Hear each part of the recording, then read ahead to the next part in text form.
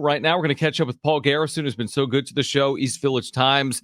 They do outstanding reporting for Aztec fans. Paul's been covering football and basketball and more for the East Village Times on the San Diego State beat. He's back with us here on John and Jim. Paul, enjoyed your article earlier today in the East Village Times on your conversation with Danny O'Neal, who's the highly touted quarterback prospect that had been committed to Colorado, decommitted when Sean Lewis left Colorado for San Diego State. He took his official here this weekend. You caught up on his possibilities here. What was your takeaway? I mean, how realistic is this right now, the idea of Danny O'Neal coming to San Diego State? I think it's very realistic. I mean, he's, said that he was a finalist, or San Diego State was a finalist. He clearly has an affinity for Sean Lewis. And I think, to me, that's the biggest takeaway. I mean, we're all still trying to get to know San Diego State's head coach. And this is a kid who has the opportunity to go anywhere in the country. And the reason that San Diego State even has a chance is because of the relationship, not so much on the field, but off the field, and what mentoring he can do for Danny O'Neal's life. And so I think that's a pretty special message about SDSU's head coaches. We're all, in that process of getting to know him. But I think it's very possible that this will happen, and that Danny O'Neal could be in San Diego for sure. And listening to you guys' conversation the other day with Danny O'Neal, I mean, there were a lot of I'm excited for the next 3-4 years with Coach Lewis. There was a lot of wheeze. There a lot of things that he said that it was then sounds like he's already has committed, but he hasn't officially committed yet. When do you think potentially we could get news on his decision, where he's going to go? Part of the conversation that I didn't put up was asking him about his 3 finalists. And, he talked about that he'd already visited Northwestern, and that there is a chance that he's going to go on a visit to Miami. And that would be this weekend. So I see it was a maybe, it was a might. And so I think that's going to be what ultimately is where, the timing of things. If he decides to not head down to Miami, not take that visit, then I could see him committing very soon, even before the weekend. But if he wants to go down and see everything that the Hurricanes have to offer, then I think everybody in San Diego will be holding their breath. Paul Garrison is with us right now, and you're 100% right, from the East Village Times. Paul, what do you make of, and you cover this more closely than I do, but the way that this class is being put together, this recruiting class, because I know obviously there were a number of players already previously verbally committed to the previous coaching staff. It looks like they're retaining a good portion of those players. It looks like he's added a bit to it, like Isaiah Buxton, who's a product out of San Diego County.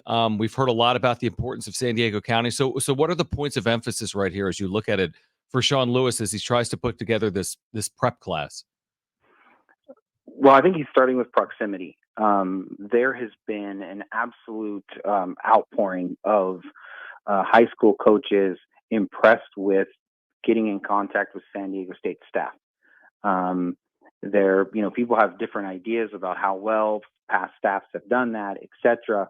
But from all angles, it seems like San Diego State is, getting into the high schools, meeting them, offering recruits. They're in a really interesting situation because the NCAA changed the rules about how many guys you can bring in.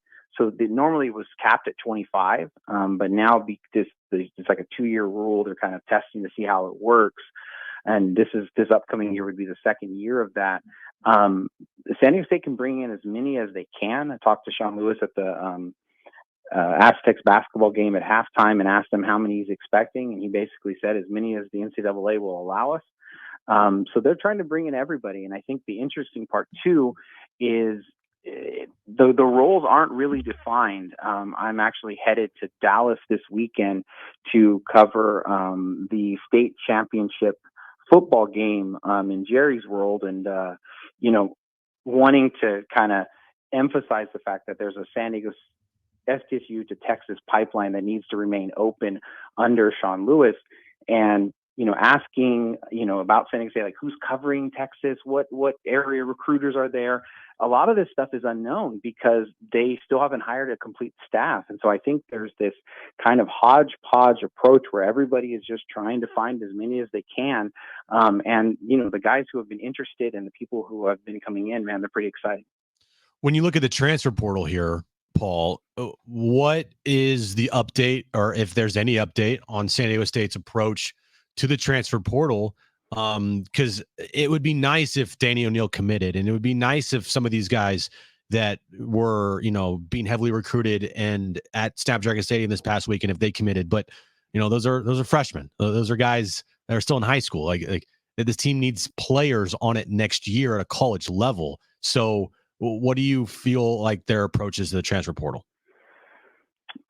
Well, I think there's a couple of questions that are still to be asked. There is going to be a number of kids who are going to go into the portal who are playing bowls right now. Mm-hmm. And their bowl's going to end, and it's going to be, around Christmas time, and they're going to, enter the portal. And so that pool of potential players to bring in is going to become bigger. And so it's possible that San Diego State, has some ideas of players that maybe that they're interested in, or they want to be able to see if there's more possibilities. I think the flip side of all of the conversations with the portal is asking, what kind of players is San Diego State going to be able to be attractive to? Mm-hmm. And maybe Sean Lewis changes the script or the narrative of how that's been, but typically the high-end players that San Diego State is able to get in the transfer portal are Power 5 players who haven't really cracked the 2 deep at those bigger schools. And so it's hard to be able to project how many of those kind of guys would be able to come in and make an immediate impact. And, for all of the guys who are leaving, I think there are still a number of players on the roster who are pretty experienced, have started. We're pushing the players who left in the transfer portal for time. And if they make the evaluation that the players who are returning on the 2024 roster are good enough to start, then they might be looking for depth pieces as opposed to anything other than that.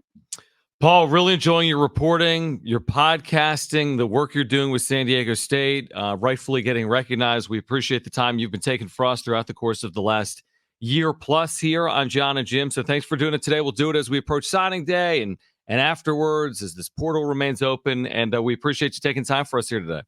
It's my pleasure, guys. Thanks. All right, Paul Garrison, East Village Times, great resource for Aztec fans. So we're on Danny O'Neil watch, essentially. Yeah. And look, for any Aztecs fan out there that expects this team to be good right away next year, mm-hmm. you always have to give new coaches and new coaching staffs and programs time to do that. It'd be amazing if this team all of a sudden next year went from 4 wins to 8 wins. But you got to be realistic. So I'm willing to give Sean Lewis time. I already think that the vision that you kind of see from how he wants the program, I'm all on board with that. And when we see how this team looks next year offensively, I expect to see progress with the offense to eventually get to a point that you're proud of it. If you're an Aztecs fan, you're proud to go to an Aztec game and watch this team offensively and watch this team, hopefully go out there, put up a bunch of points and win a lot of football games. I'm excited to see what he can do. And to your point, it's not like it's going to be necessarily overnight. You never say never. There have been crazy success stories in college athletics, but I'm excited to see what happens, how they hit the ground from day one next year and see some of the improvement like you talked about on offense.